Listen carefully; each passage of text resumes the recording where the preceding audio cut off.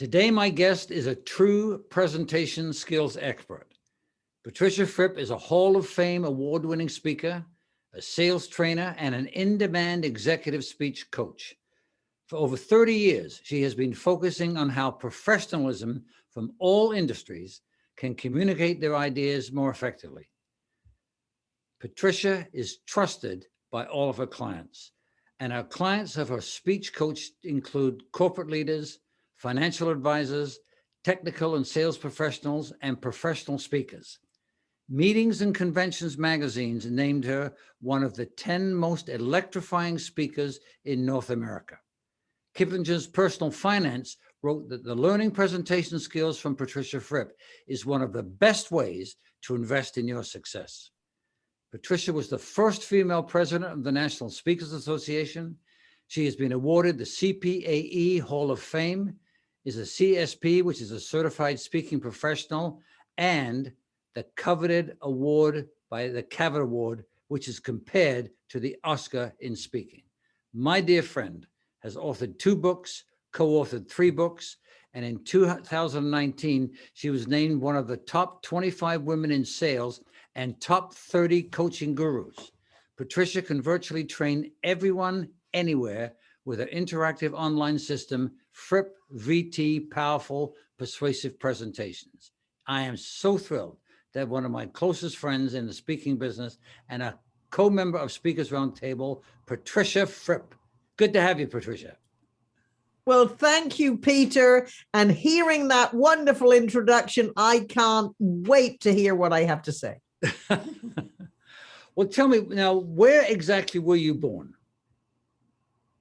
I was born in a little town in the south of England called Wimborne in the county of Dorset, which my brother has always considered the center of the universe. Yeah.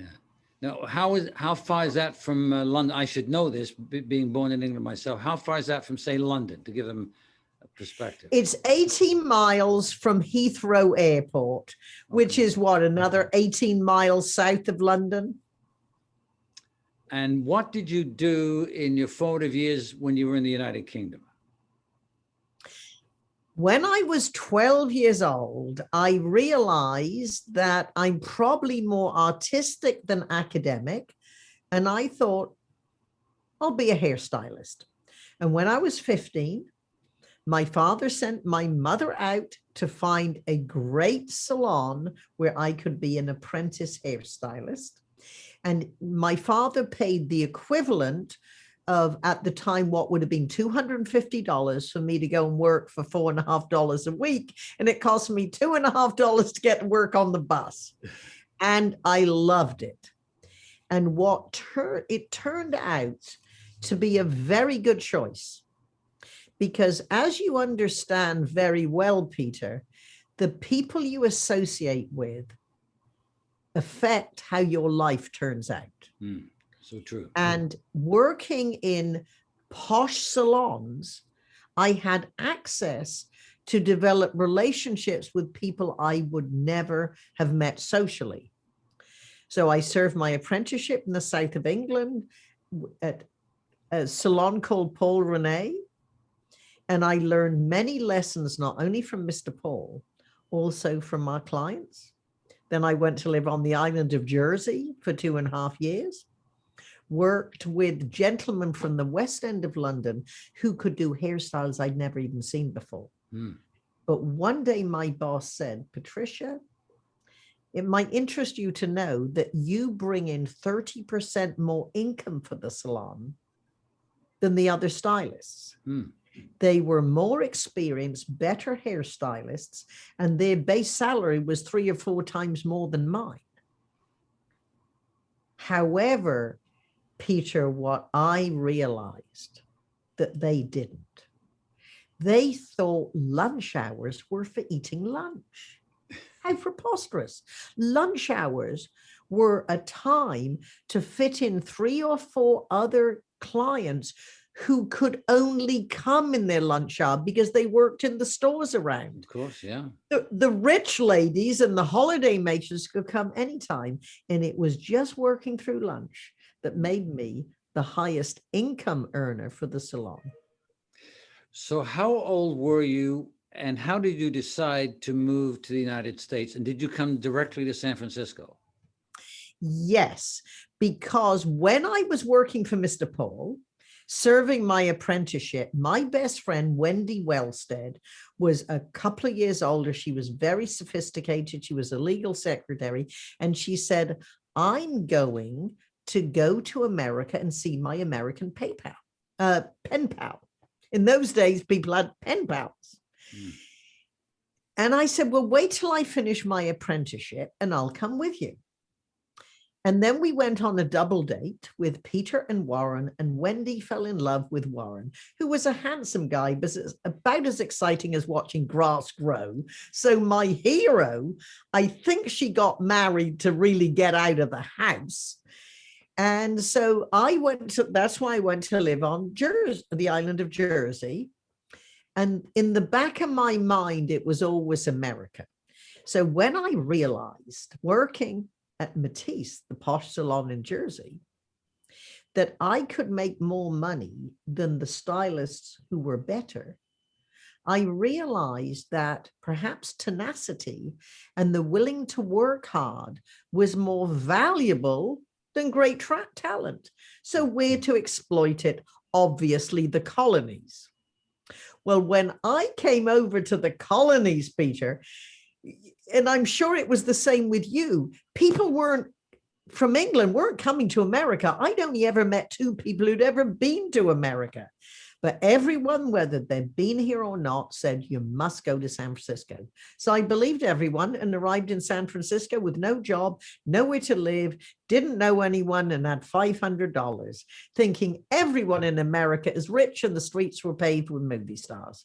And I have not been disappointed. After all, I know you. So what was your first job? My first job was in the Mark Hopkins Hotel in the beauty salon, because my dad had said, you have to write to people and send them your photograph. And I wrote to 4 salons and one answered. And he said, I can't promise you a job, but come see me. So I came over, I checked in the YWCA, and I went to see Mr. Paul, who apparently was telling the rest of the staff, this is my mail order pride. Anyway, so he took me down to beauty school because I had to get a license. And then I worked at the Mark Hopkins Hotel, which was superb. Because rather like working with the rich ladies in the Mr. Paul's salon and the fascinating people that I met in Jersey, at the Mark Hopkins Hotel, we met people from all over the country and all over the world, coming to conventions and vacations and conferences. And for example, when you're in a hotel, you can survive without having a clientele. Now, we had people in the salon that did have clienteles from people who lived on Nob Hill. But for me, because I worked harder than anybody else, one day my boss, Charles, said to Patricia,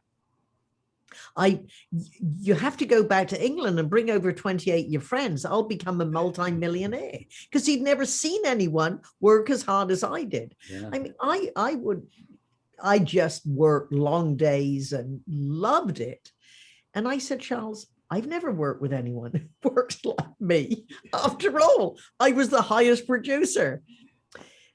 And so he just had me. However, it was a great education, meeting people from over the world. I did Ann Landers here, the columnist, Haley Mills, the English movie star, Princess Anne of Denmark, because she requested me because I was British, and Rosalind Russell, who you would know, some of our listeners wouldn't, great actress. She used to call me Miss Beetle because I would jig around while I was working on people's wigs when she was having her hair done.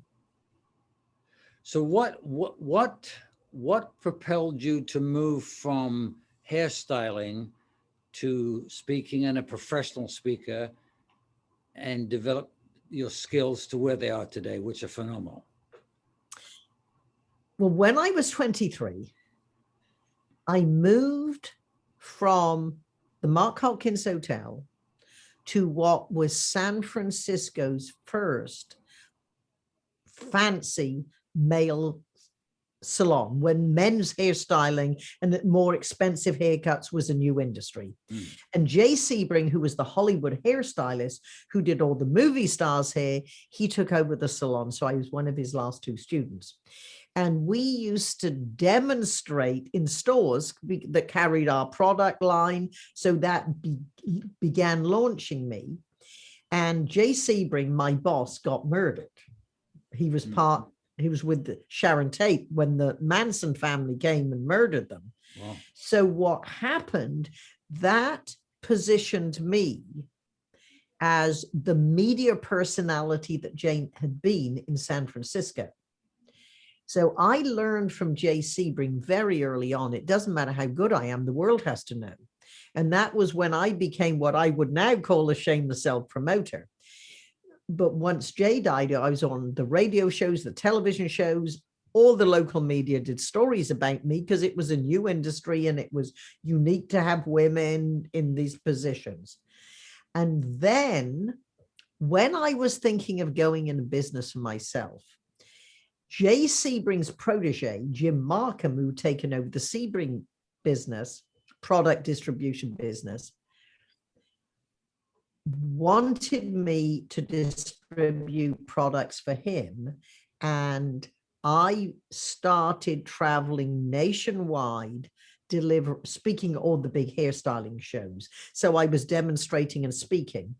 And being the star of my Dale Carnegie class and Toastmasters, because I was speaking for hairstylists, my clients, who were all the movers and shakers, the Peter Legges of the financial district in San Francisco, they started saying, well, Patricia, hey, come speak to my Rotary Club, my Kiwanis Club, my Breakfast Club. Hey, could you speak at one of our staff meetings? And after 2 free talks outside of hairstyling, I realized this was the least expensive way to promote my hairstyling business. And it was fun. And then because my pals in Dale Carnegie, we used to meet once a week for breakfast. We called ourselves the Future Millionaires Breakfast Club.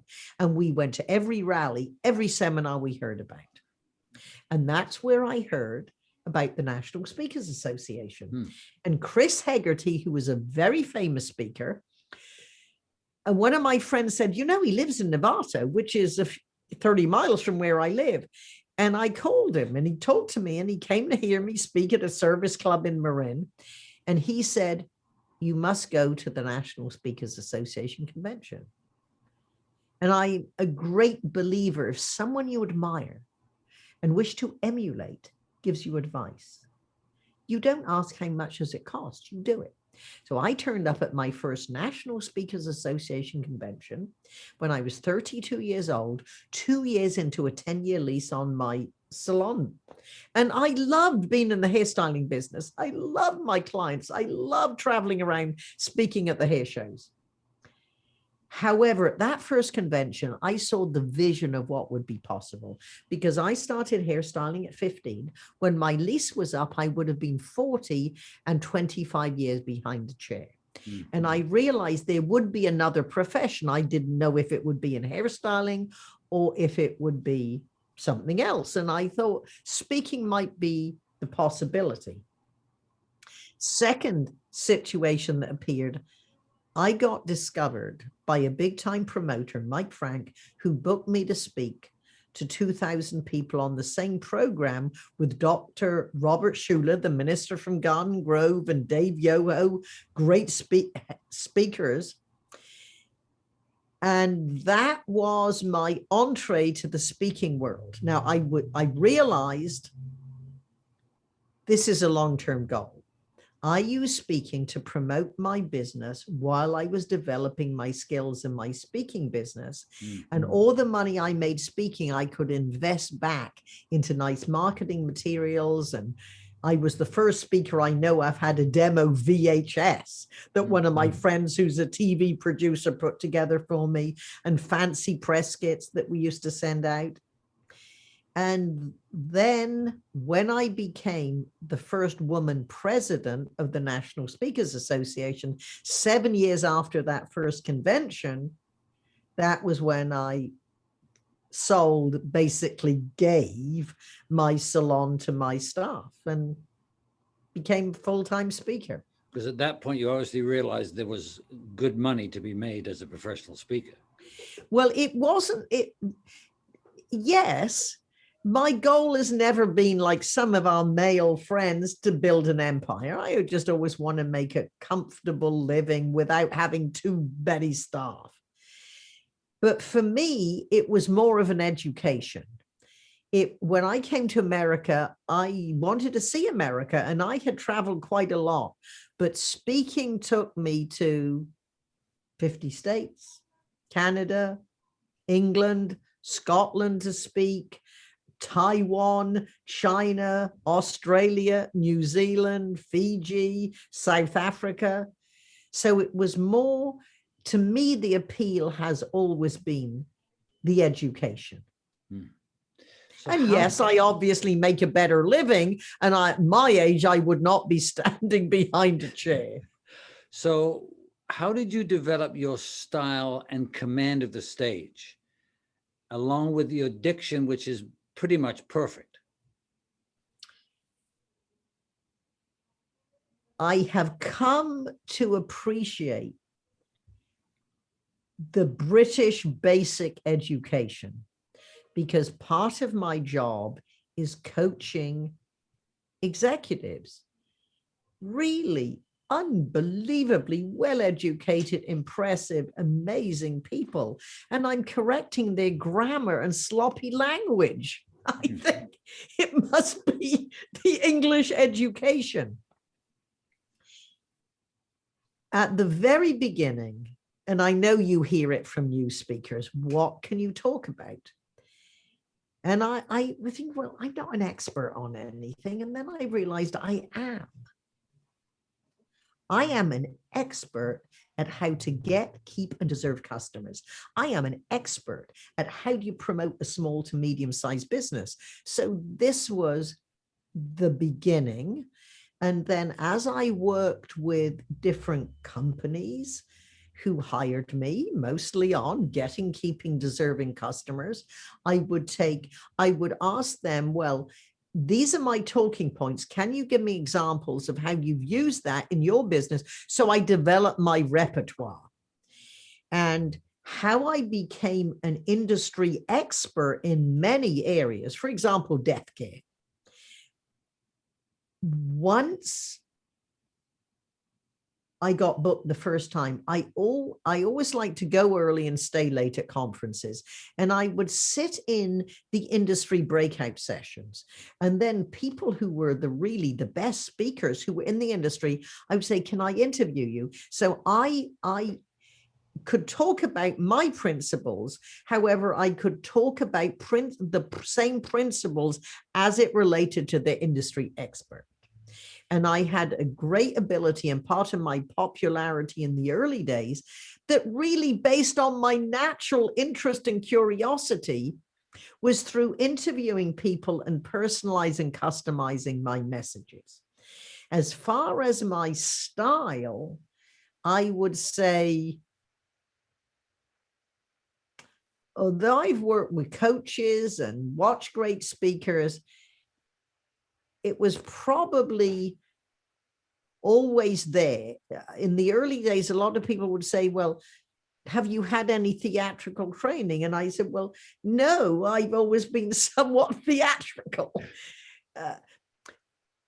So I would say, Peter, what developed for me is what I would say for other speakers.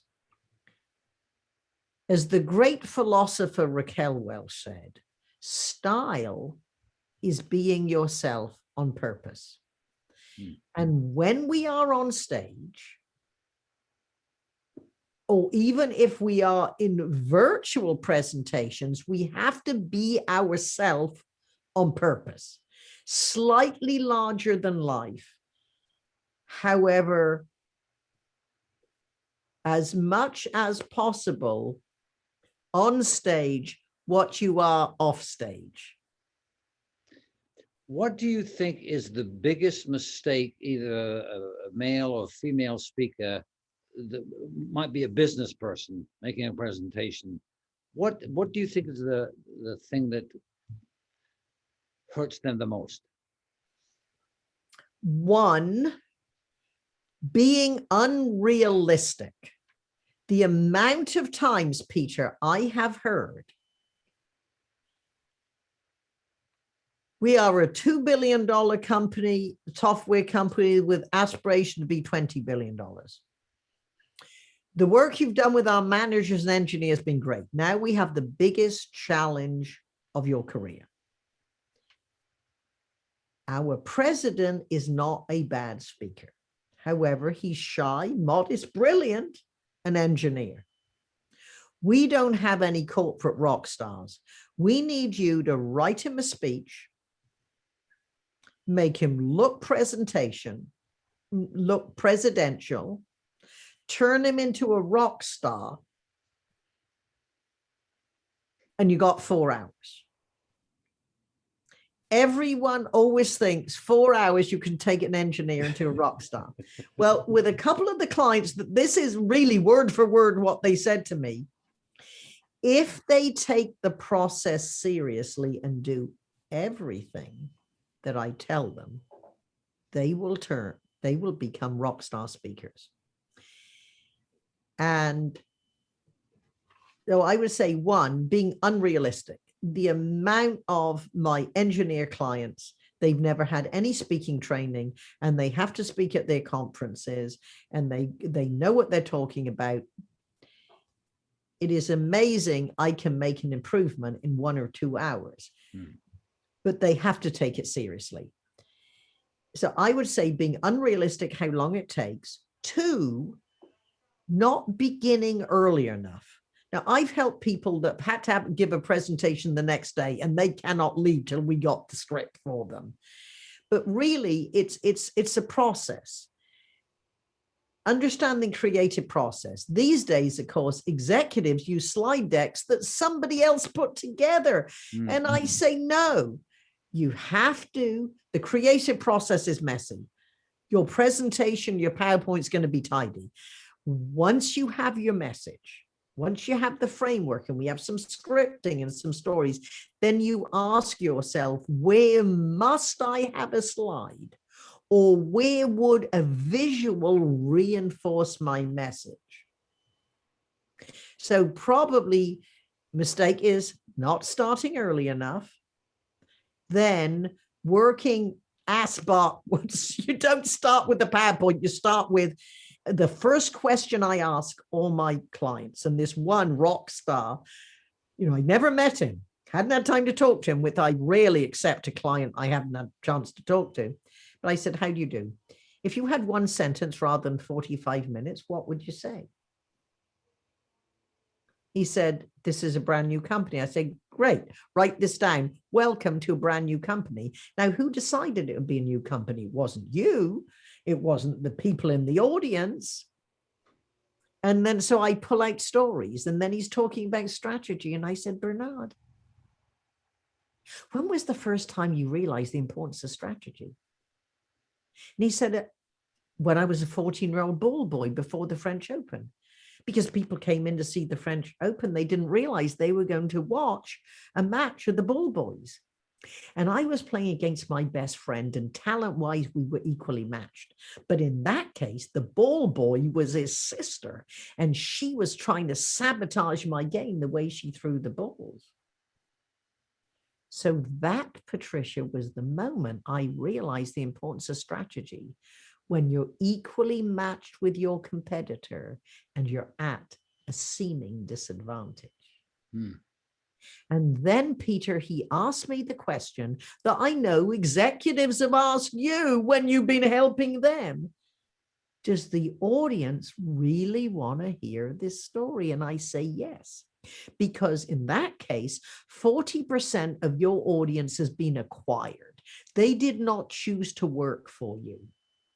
And your goal is to make 1,500 salespeople, 40% of them who didn't choose to work with you, that you're at the right company at the right time and the strategy is sound. And for everyone, especially the 40% who never met you before, they will respect the position, the president of our company. They will walk over glass if they can see the person behind the position. And if they think, wow, our president has been studying strategy since he was 14 years old, that means our strategy is probably sound and I am in the right place at this point in my career. Do you have any regrets in your life? Things you should have done or didn't do, and things that you've done? And well, on reflection, I probably would have liked to have embraced technology a little earlier. Now, of course, my life is very technical. But apart from that, not really. Things happen and situations and opportunities appear when they seem to be right. I made, when people say, why did you come to America? Why did you buy a house in Las Vegas? Really the answer is it seemed like a good idea at the time. Okay. Do you think your style and your voice, which is very unique, and your stories changes your audiences? We are usually hired, Peter, to make some change in the audience. It could be change their thinking, change their skill, get them more involved, or wake them up and make them feel good after lunch. It would be nice to think that I don't know if it's my style, although obviously not everyone is going to like you, whoever you are.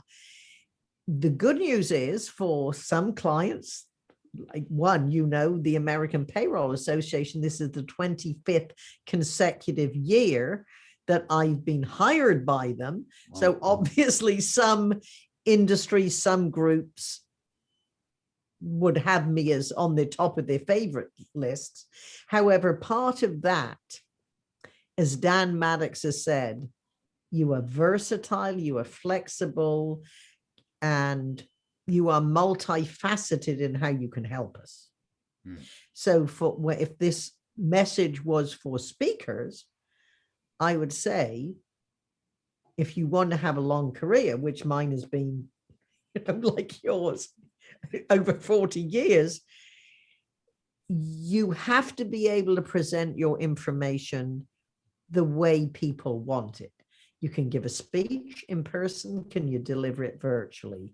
Can you do it as a webinar? Can you coach it? Can you train it? Do you have online versions of you for those who want it? It would be nice to think you make a difference, and for some you do because you hear from them, and for the millions you never hear from, you just hope. Who's influenced you the most in your speaking career? Well, let's look at life and then speaking career. Influenced by my life, my parents, and certainly my dad, a very successful self-made entrepreneur, how I have run my business and my life very much around my dad. For example, my first day in my apprenticeship, when he pushed me out the door to get the bus, he said, in your career, don't concentrate on making a lot of money. Concentrate on becoming the type of person people want to do business with, and you most likely will make a lot of money. And so, for example, a lot of the way I ran my hairstyling business, and I would like to think I run my speaking business, is to be easy to do business with. A lot of my CPA, a lot of my vendors and the people I do business with, they say, you're not our biggest client, but you pay faster than everyone else. So it's not only being easy to do business with. It's become everybody's favorite customer, everyone's favorite client, and paying people fast, not putting them under pressure because you didn't plan. So then if you have an emergency, if you say, I really need this in 2 days, can you do it for me? The chances are yes, because they know it's an exception. It's not the rule of how you run business. In fact, one of my video producers, who I always say, when you can comfortably, I said, I really need this by next Wednesday. Can you get it? And it was a little short. It was a much shorter time than I normally would want, because I hadn't decided on what I wanted to do. And I paid his bill. He said, thanks for paying my, I said, send me another bill, 25% of what I just paid you, because I have to penalize myself for putting you in this position. And you need to be rewarded for staying up late at night when you came back from a trip exhausted. So you got to punish yourself and reward others when you put them under pressure. Tell me, where do you and then now who influenced? Go ahead, finish off. You said then, so that influenced me in my life and my business. Who influenced me in my speaking career? There are too many people to mention, really. What I would say, though, a couple of speech coaches, I hired Ron Arden, Dawn Bernhard, after I had already become an established, successful speaker, to get it to the next level. They influenced me. And I know when I was first working with Dawn, who really taught me the importance of structure, I said, oh, when I'm a little old lady, I'm going to be a speech coach. I say, I didn't know little old ladydom would come so soon. and what, Peter, it might interest you. One of the examples I use when I'm speaking for NSA chapters, for example, and I show an image of Cher, Tom Jones, and Elton John. And I said, on a whim, because it seemed like a good idea at the time, I bought a second home in Vegas. And the first few months I was there, I saw Cher, Elton John, and Tom Jones. And they were absolutely magnificent.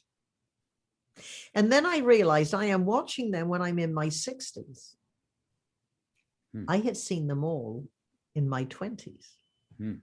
And what I do with my slide deck, I now show images of them 20 years ago.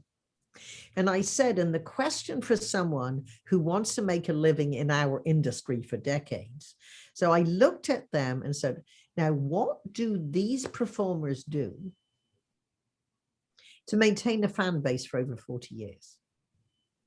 What did they do to attract a fan base who wasn't born when they were in their heyday?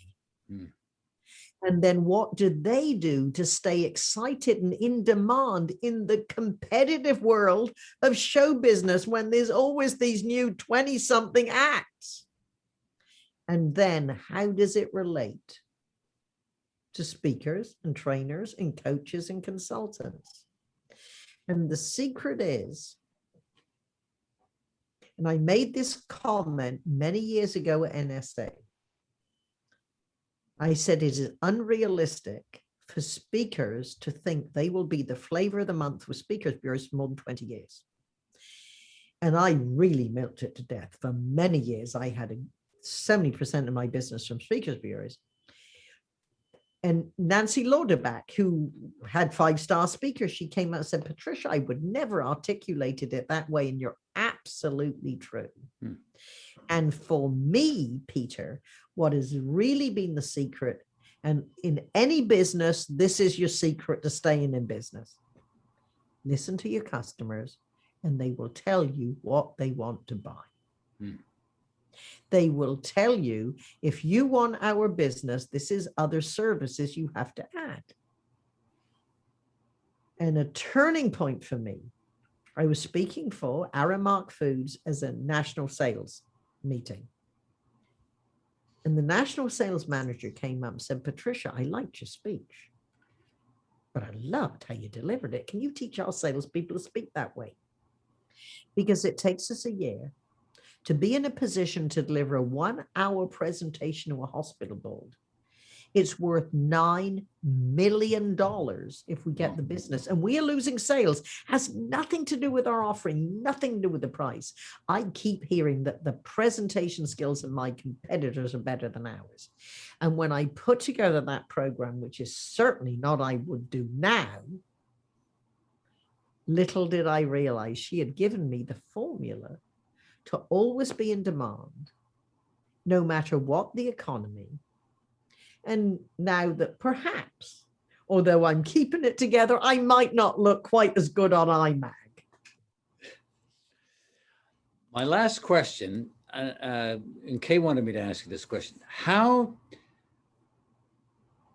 Where do you get your fashion sense from? Because whether it's an SR, whether we're having a breakfast or a meeting or you're speaking for us, you are immaculately dressed at all times.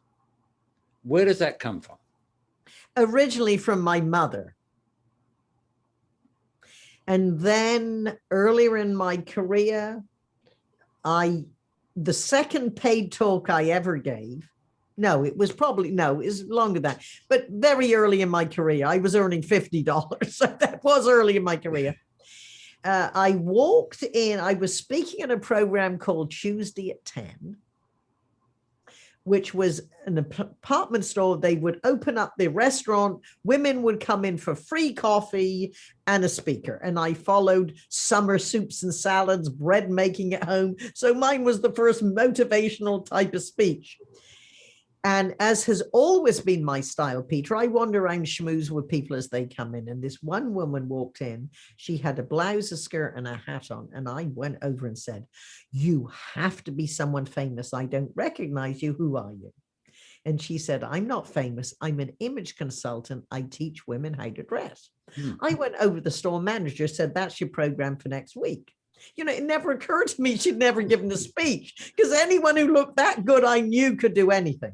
And he hired her, and she called me and said, that was very nice of you. It was very good to help me build my business. Let me take you to women entrepreneurs as my guest. And Diane Parenti and I became good friends, and she was an image consultant. So in the early days, she would help me, buy my suits and understand my style. And so between my mother, who was my mother would have been me if she was born in my generation. And then Diane Parenti. And then as you get older, you get more confident and you have more money. So you buy better clothes and you have some customized clothes, and then you know the difference. And so you're very gracious. Thank you for the nice compliment. One last question. Before I really got to know you as well as I have through Speakers Roundtable and what have you, I've always admired your unique and special openings to any speech I've been in the audience. Okay. Where does that gift come from, and how important is that? It isn't a gift. It isn't a gift. It's a learned skill. Okay. And however, may I close with one of my favorite openings, which is not a normal opening. I was booked to speak to 350 Seventh-day Adventist pastors. And I was smart enough to realize people read the programs and they would be thinking, she's the only person on the program who isn't a minister. And my speech was how to design and deliver a more charismatic sermon. And I know they would think, how can anyone who isn't a minister tell me how to write a better sermon? I write one every week. And then I bet she isn't even a Seventh-day Adventist, which I'm not. And my point is, what you have to do with an audience is imagine what are they thinking based on the situation in your bio. And so in that case, I walked on stage and said, 465 times in the Bible, it said it came to pass. It did not say it came to stay.